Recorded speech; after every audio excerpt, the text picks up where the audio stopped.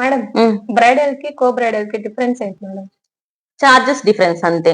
మనం చార్జ్ చేసే చార్జ్ లో డిఫరెన్స్ ఉంటుంది తప్పితే హెయిర్ మేకప్ కామన్ గా వేస్తామా, లిప్స్టిక్ ఐ షేడ్స్ అన్ని వేస్తాం కదా.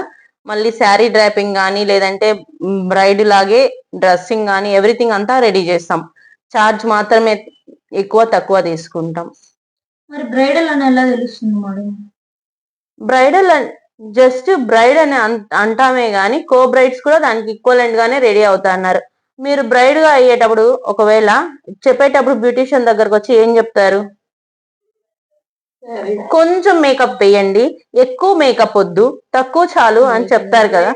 అప్పుడు ఐ షేడ్స్ వేస్తాం, లైనర్ వేస్తాం, మస్కరా వేస్తాం, లిప్స్టిక్ ఎవ్రీథింగ్ అన్ని పెడతాం కదా. చార్జ్ మాత్రం చార్జ్ చేస్తాం బ్రైడ్ కి.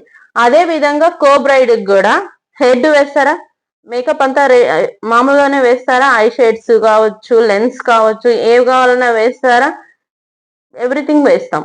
కాబట్టి కో బ్రైడ్ కి మామూలు బ్రైడ్ కి ఎవరికైనా సరే మేకప్ కామనే, కానీ ఇక్కడ చార్జెస్ లో మాత్రమే చిన్న చిన్న వేరియేషన్స్ ఉంటాయి. ఎందుకు అంటే ఒప్పుకోరు కాబట్టి.